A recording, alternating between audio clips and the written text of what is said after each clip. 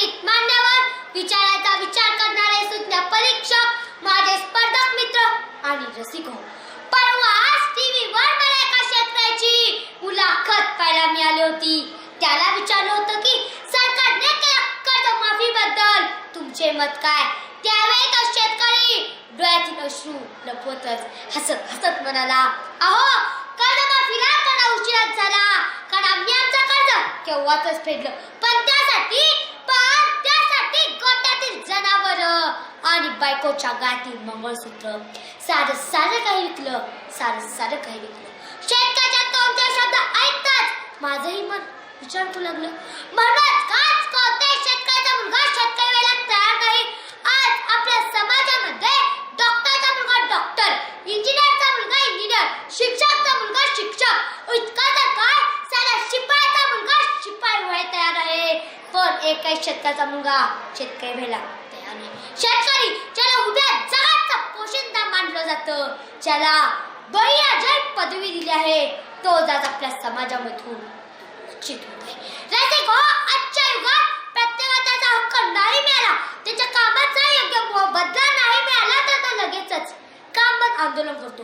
आता माझ्याही बालमनाला प्रश्न पडू लागलाय की अम्मा तुम्हा सर्वांनाच अन्न पुरवणार शेतकरी जर संपावर गेला तर. आणि याच विचाराचे मंथन करण्यासाठी मी रिद्धी रामदास सूर्यवंशी इयत्ता 6वीची विद्यार्थिनी या विचारांचा विषय मांडत आहे, शेतकरी संपावर गेला तर.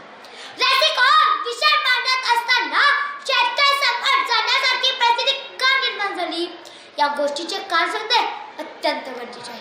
आपला देश हा कृषी प्रधान देश आहे आणि शेतकरी हा आपला अन्नदाता, परंतु त्याचा अन्नदात्याला अनेक संकटांना सामोरं जावं लागतं. कधी दुष्काळाचं संकट, तर कधी जास्त पाऊस आणि महापुराचं संकट, तर कधी शेतीमालाला दर नसल्याचं संकट. या संकटाच्या फेऱ्यात अडकलेला आजचा शेतकरी बऱ्याचदा आत्महत्या करताना दिसून येऊ लागला, नाहीतर आपली उरलेली शेती विकून कर्जबाजारी होताना शेतकरी दिवसभर रक्ताचं पाणी आणि हाडाचं काढा करून शेती पिकवतो. म्हणून त्याला अन्नपूर्णा मातेचं दुसरं रूप मानलं जातं.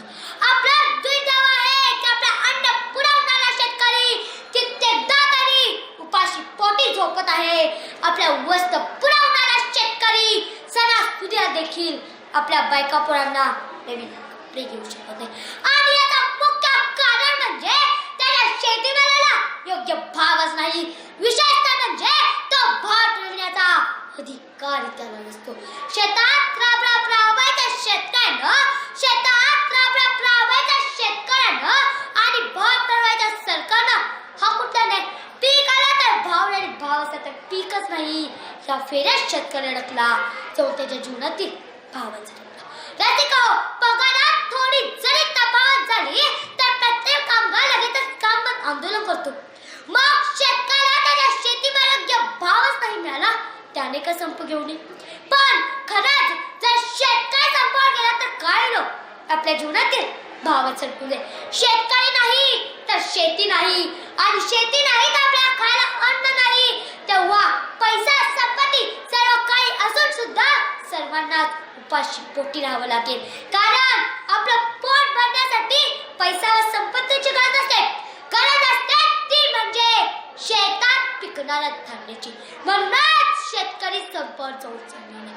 रसिक हो, शेतकरी जगेल तर कोण मरेल आणि शेतकरीच मरेल तर कोण जगेल या गोष्टीचा विचार करणं अत्यंत गरजेचे आहे. सर्वसामान्य जनतेने सुद्धा आता बदल तेवढाच गरजेचे आहे, कारण सोन्याचा भाव वाढला, चांदीचा भाव वाढला तर मात्र सोन्या चांदीला झळाळलेली असे म्हणतो.